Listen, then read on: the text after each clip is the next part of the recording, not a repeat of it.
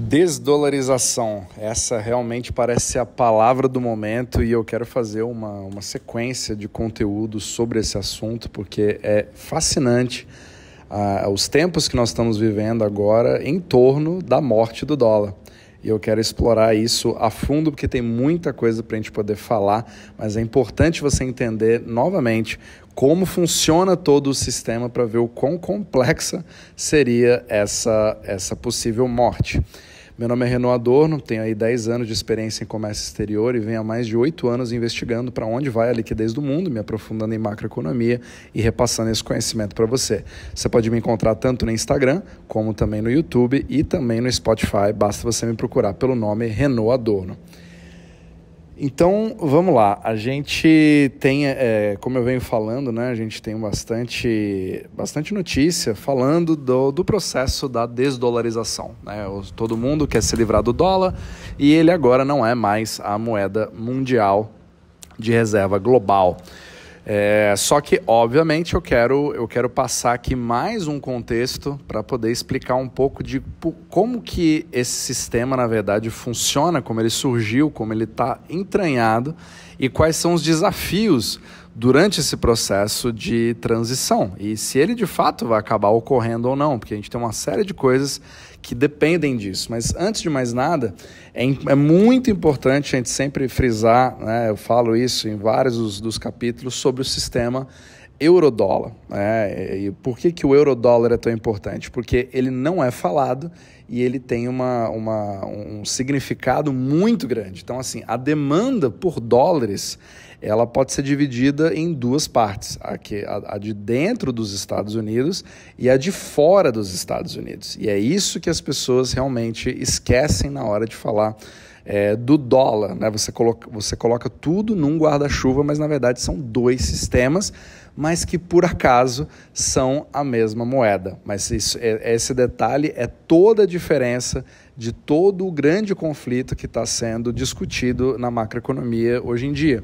Então, a demanda por dólares fora dos Estados Unidos, ou seja, fora das fronteiras do Fed, é infinitamente maior do que a demanda de dólares dentro dos Estados Unidos. Isso aí pode ser uma informação chocante para a maioria das pessoas, né? O mercado de dólares fora dos Estados Unidos é bem maior do que o mercado dentro dos Estados Unidos. E é até difícil você quantificar o quanto, porque ninguém sabe exatamente quantos dólares existem fora dos Estados Unidos no mercado euro-dólar. Lembrando, quando eu falo euro-dólar, não tem nada a ver com a Europa em si, seriam simplesmente os dólares offshore, né? Ele tem uma conotação histórica depois da Segunda Guerra, mas quando eu falo de euro, significa offshore, fora das fronteiras. Então, é muito importante você entender que existe uma confusão muito grande que envolve a geopolítica como sendo o principal fator que cria ali um imperialismo americano que está forçando o dólar ao redor do mundo e que isso tem que acabar porque agora nós teremos um mundo multipolar. Então você vê cada vez mais essa narrativa, mas é importante você ver a história que está por trás de como que tudo que nós temos hoje está de fato acontecendo. Então depois da Segunda Guerra, os aliados, né, os Estados Unidos, entre aspas, venceram a guerra e fizeram o dólar se tornar o novo centro das coisas, até atrelaram isso ao ouro, etc. Tivemos Bretton Woods.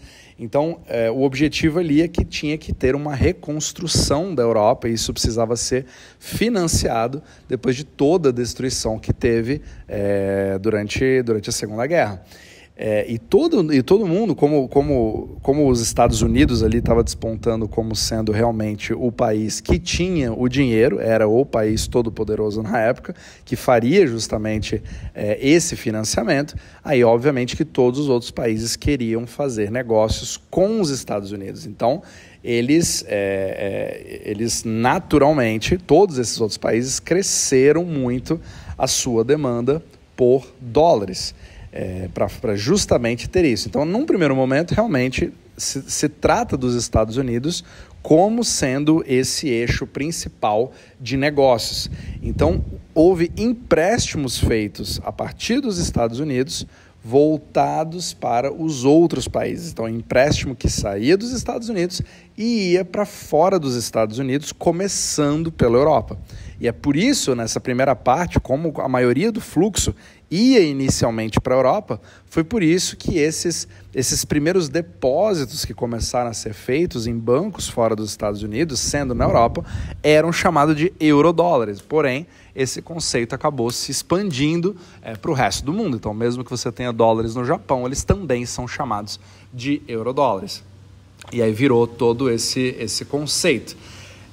Só que o mais interessante, que essa é a parte que todo mundo, né, todas as escolas, as faculdades, elas acabam omitindo essa parte, porque ninguém tem ali um conceito acadêmico para falar disso, porque isso não é reconhecido publicamente, mas esses depósitos de dólares fora dos Estados Unidos meio que começou a funcionar cada vez melhor e de uma forma orgânica. E isso é que é a parte que fica como sendo o início oculto e não compreendido do sistema eurodólar. Porque ali você tinha cada vez mais empréstimos que eram feitos dos Estados Unidos para fora, só que isso começou a crescer organicamente, você começou a ver países começando a emprestar ou transacionar entre eles sem mais precisar dos Estados Unidos como intermediador. Ou seja, você já tinha eurodólares numa economia paralela que já estava crescendo por conta própria, né? E é claro que a partir desse momento, como o gênio meio que saiu da lâmpada e você não conseguia voltar mais, o governo americano acabou fazendo vista grossa, porque isso acabou resolvendo um problema que era uma própria incompetência do governo americano, ali representado pelo Fed, no momento em dizer que, olha, eu realmente não tenho capacidade de fazer uma política monetária de elasticidade de moeda para disponibilizar o dólar de uma maneira tão boa como esse sistema que já está surgindo. Então, isso acabou que, beleza, se você está resolvendo o meu problema, eu faço vista grossa e deixa rolar, afinal de contas, isso está me ajudando. E assim esse sistema começou a crescer e tomar um corpo, né, uma forma própria, digamos assim. Então, esse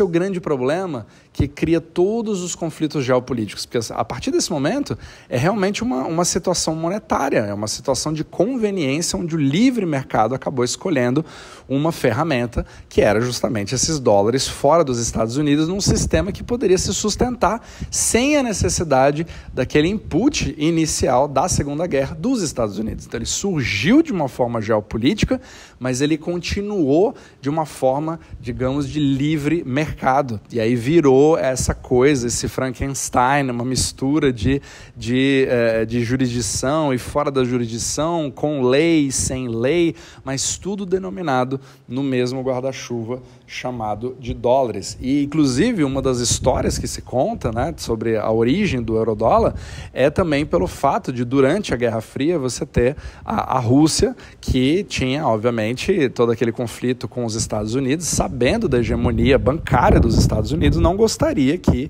tivesse riscos com os seus próprios depósitos, né? Porque eles tinham uma reserva muito grande em dólares, mas eles ficavam preocupados em deixar isso depositado em bancos americanos. Então, uma forma de defesa que os russos tiveram era de solicitar depósitos em eurodólares das suas próprias reservas em bancos europeus. E esse sistema começou a dar muito certo. Então, é uma das histórias que são mais citadas, né, na origem do eurodólar, apesar de ninguém poder dizer exatamente como esse sistema surgiu. Ele foi, na verdade, surgindo, certo? Então, toda essa rede que a gente vê fora dos Estados Unidos, do sistema eurodólar, ele se desenvolveu nos últimos 50 anos e hoje ele é muito, muito maior do que os dólares dentro dos Estados Unidos.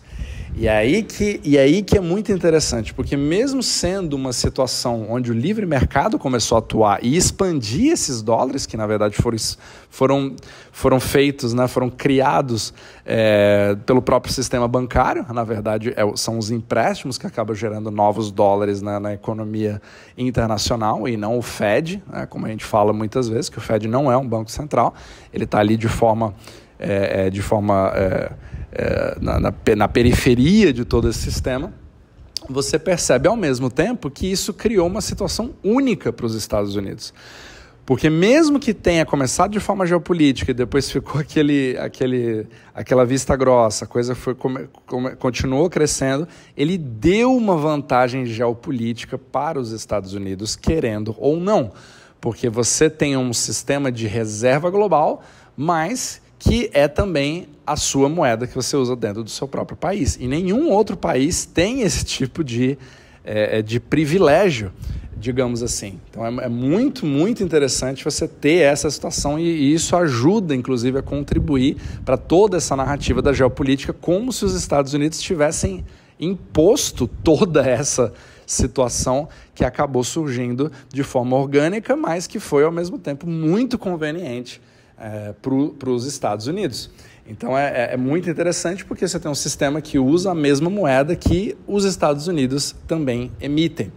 Agora, o que é interessante a gente começar a destrinchar é que todos falam, né, sobre o processo agora dessa palavra que agora ficou na moda, desdolarização. Todos querem se livrar do dólar, ou seja, o imperialismo americano tem que acabar e agora nós temos um mundo multipolar e a China vai ser o país que vai dominar tudo isso e vai ser o país do futuro e acabou tudo isso, o dólar vai a zero, vai tudo acabar, os Estados Unidos principalmente agora que está novamente chegando ali no teto da dívida, essa dívida é insustentável e tudo é insustentável como se fosse um problema somente dos Estados Unidos e o mundo inteiro não estivesse fazendo a mesma coisa. Então é complicado, você tem ali várias narrativas que são feitas como sendo os Estados Unidos o único a ruir, baseado num sistema financeiro que é mundial e não somente dos Estados Unidos, como também todos os outros países têm o mesmo tipo de prática. Então você percebe a complexidade que você vê que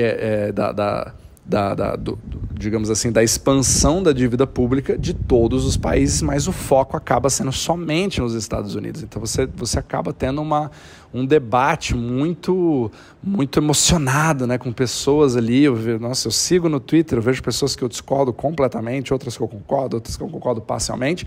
E é muito interessante você vendo pessoas que, não, o dólar não vai a lugar nenhum, os Estados Unidos são a maior hegemonia do mundo, tem a maior exército do mundo, e outras pessoas dizendo que não, isso tudo acabou, agora é a China que manda. Na verdade, a China é mais democrática que os Estados Unidos e mistura política, geopolítica, economia, todo mundo com uma posição como se todos soubessem exatamente para onde vai a liquidez do mundo. Mas isso é uma investigação muito mais complexa do que a gente imagina e é o motivo pelo qual eu faço esse podcast, né, para justamente ir fazendo essa jornada em conjunto e a gente descobrir juntos para onde as coisas realmente estão andando.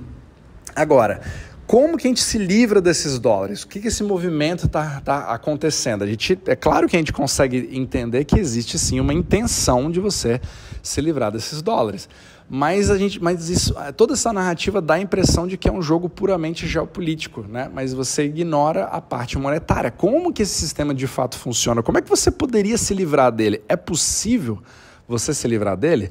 Então, para isso, você tem que entender como que o sistema euro-dólar funciona. Então, primeiro, como é que se gera novos eurodólares? A gente sabe que a expansão de novas moedas não vem do Banco Central, porque o Fed não é um banco central, ele nem tem a capacidade de imprimir dólares. Quem de fato imprime os dólares? Além, claro, de algum que a gente viu no Covid, né? O Tesouro americano poderia, com um decreto emergencial, claro, mas isso envolve Congresso, uma série de coisas, é extremamente limitado.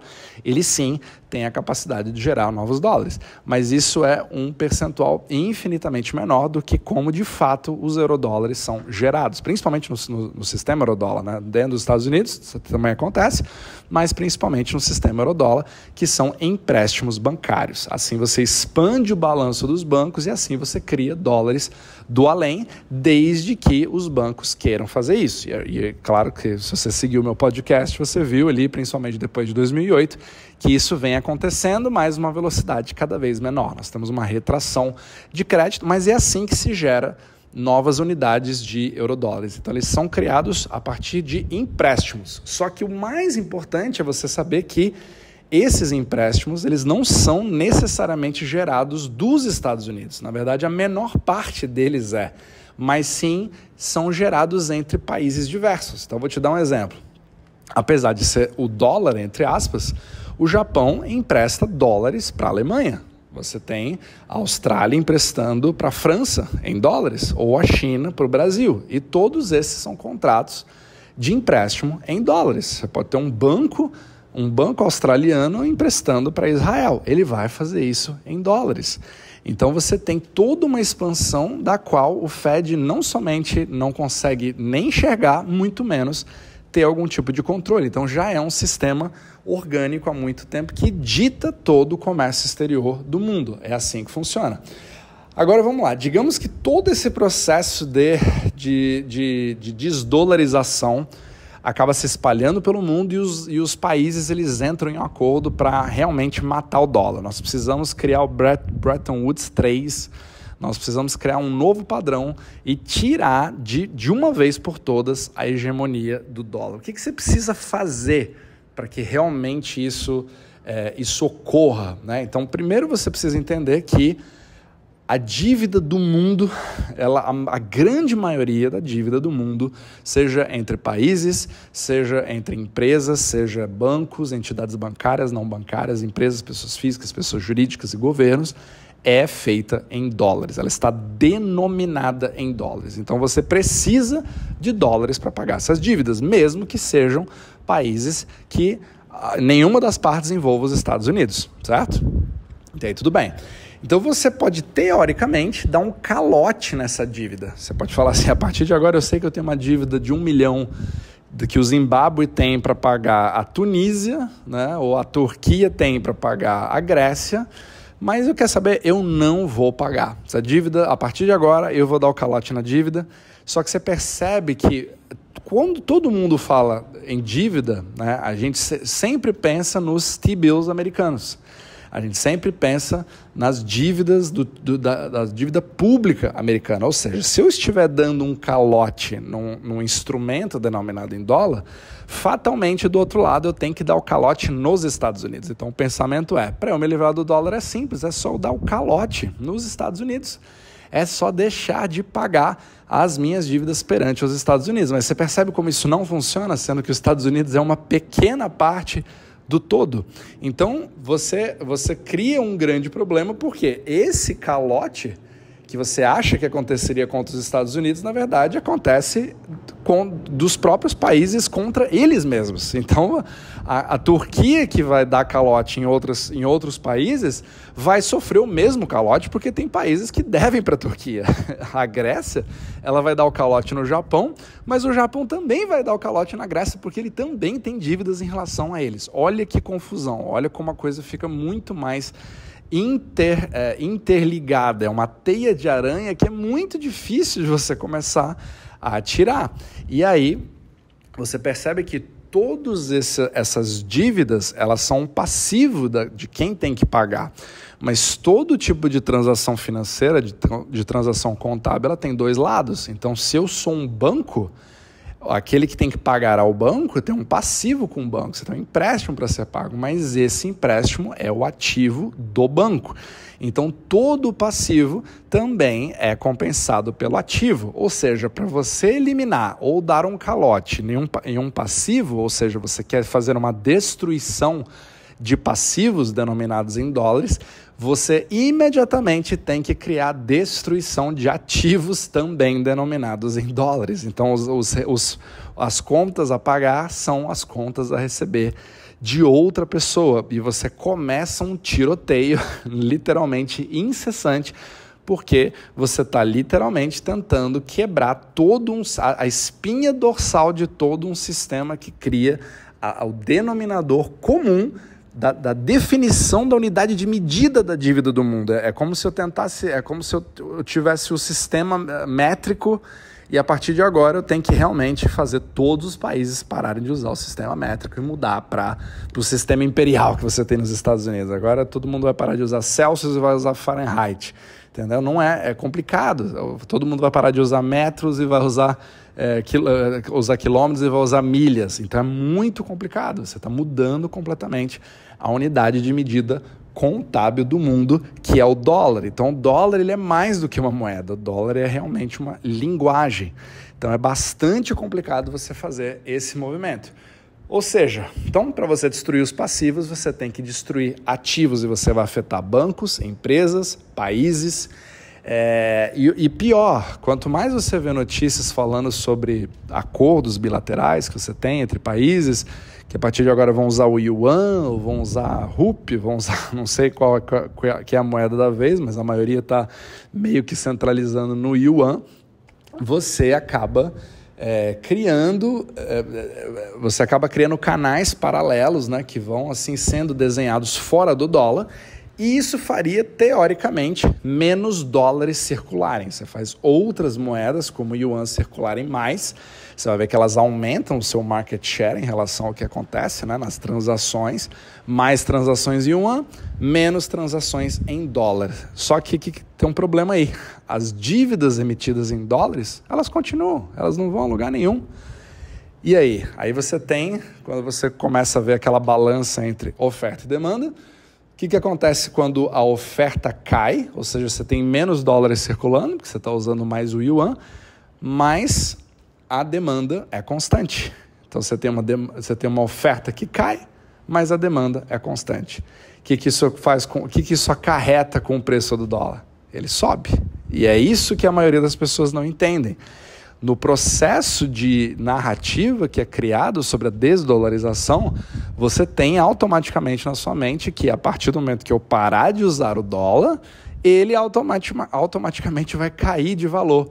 Mas é bastante complicado. Inclusive, quem mais defende isso, não somente o Jeff Snyder, mas principalmente o Brent Johnson, do Dollar Milkshake Theory, é exatamente isso que ele mostra. Mesmo num processo totalmente organizado, orquestrado de morte do dólar, de desdolarização da economia mundial, o preço do dólar sobe, não cai.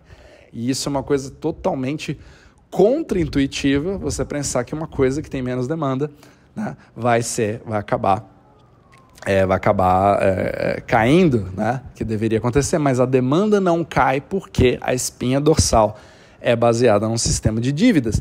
E nenhuma outra moeda, na verdade, tem a capacidade de fazer essa substituição, porque todo mundo acha que o grande problema é a dívida pública americana, como se você saísse dos Estados Está tudo estaria maravilhosamente bem, num sistema completamente diferente, que não cria nenhum tipo de dívidas e está tudo sob controle, que é exatamente o contrário. Então, na verdade, os Estados Unidos acabam sendo privilegiados, que é o que ele chama, né, você pega um varal cheio de roupa suja, mas a camisa menos suja é o dólar e as outras camisas acabam sendo mais sujas. Então você não consegue ter ali uma justificativa para uma substituição, se aquela substituição é uma camisa mais suja ainda do que a principal. Percebe o problema? Então é por isso que nós temos ali um Frankenstein que tem várias contracorrentes e agora está realmente sob ataque coordenado. Inclusive um dos temas que eu vou abordar nos próximos capítulos também, que é uma coisa extremamente interessante que está acontecendo agora, porque realmente é o grande objetivo de você colocar na cabeça de todo mundo de que o dólar acabou e ele vai a zero e que é uma batata quente que está na sua mão, que vai morrer. Porém, quando você segue realmente o fluxo do dinheiro, você vê que não é bem isso que acontece. Então, até foi engraçado que no Twitter eu até repassei, coloquei nos meus stories, de um cara falando assim, nossa, que engraçado, o dólar ele acabou caindo para a direção errada, o que está acontecendo? Então, porque realmente se você acompanha o DXY, que é a força do dólar em relação a outras moedas, você percebe que todo mundo colocou como certeza que ele vai cair para 90, vai cair para 80, para 70 e vai fazer o dólar despencar em relação a outras moedas, e não é isso que aconteceu. Inclusive na semana passada ele já deu uma recuperada, já passou para 102 nesse momento que eu estou falando aqui no capítulo do podcast. É claro que ninguém tem garantia de que ele não caia, inclusive é muito interessante você pensar na força do dólar, porque se ele acabar caindo, digamos que o DXY comece a cair cada vez mais, Isso, na verdade, não é um significado de fraqueza ou que o dólar está mais próximo do fim. Pelo contrário, isso mostra que você dá um fôlego para toda a economia mundial que depende de um DXY que não seja muito alto, para que você não esguele países que estão na periferia, como a Turquia, como a Argentina, que dependem assim, estão ali na berlinda de vida ou morte para quase serem expulsos do comércio exterior, porque eles não conseguem obter com facilidade os dólares que eles tanto precisam para garantir a participação desse hub, que é o eurodólar. Então, a história que a gente vê na prática é muito diferente e acaba criando problemas muito grandes para esses países que estão numa situação mais complicada que outros. Cada um está numa situação diferente, mas você vê ali os sintomas nos elos, né, mais fracos dessa equação.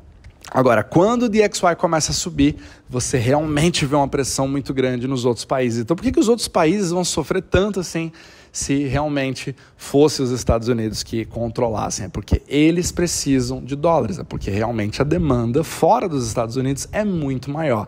E aí os americanos ficam numa situação privilegiada porque eles não passam por esse tipo de problema. O americano médio ele ignora isso porque ele tem uma moeda forte que ele pode confiar, tem uma estabilidade. Agora, os outros países realmente que ficam ali na berlinda, e o Brasil acaba se incluindo nesse bolo, apesar de ter uma economia muito mais sólida que outros países.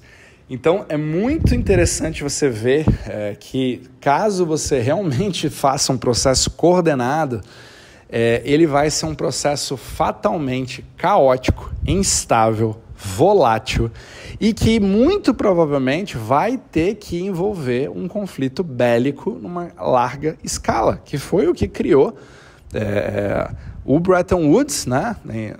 Que foi o que realmente originou isso, foi depois da Segunda Guerra. Então, o que eu queria te chamar a atenção aqui é que eu não quero que você pense que basta você ver uma série de manchetes acontecendo de que o dólar morreu para você acreditar que o dólar realmente tenha morrido e que a economia vai mudar assim, do nada, sem ter nenhum tipo de sem afetar a sua vida e na verdade, não tem nada a ver com isso. Você teria que sofrer muito mais na pele do que você está sofrendo agora se realmente nós estivéssemos num processo em andamento e confirmado de desdolarização. Por que eu digo isso? Porque você precisa atrelar o processo de desdolarização com a desglobalização. E você hoje, todos nós, estamos super acostumados com uma vida que é extremamente cômoda, onde eu posso comprar qualquer coisa na China e mandar entregar na porta da minha casa, certo? Isso exige que você tenha toda uma logística mundial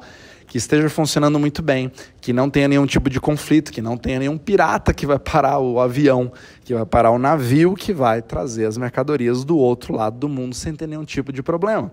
Então, para você trocar a moeda de reserva global, você precisa fatalmente mudar todo o relacionamento de globalização que existe na face da Terra. E isso vai afetar a sua vida, vai obrigar você não ter acesso a determinados bens, vai obrigar você não ter, você ter países que vão entrar em vantagem geográfica em relação a outros e vai mudar radicalmente os empregos, as exportações, as importações, o perigo deles, o seguro, todos os custos de todos os bens para essa nova, digamos assim, essa nova ordem econômica, geopolítica, de comércio exterior, para que aí sim você tenha um mundo dito multipolar. Então esse é um processo caótico, um processo de várias décadas, mas que é sempre bom a gente ir analisando cada vez mais. Só que todos nós vamos ter que sentir na pele esse processo, porque ele não vai ser de graça, não vai ser fácil, vai ser bastante dolorido,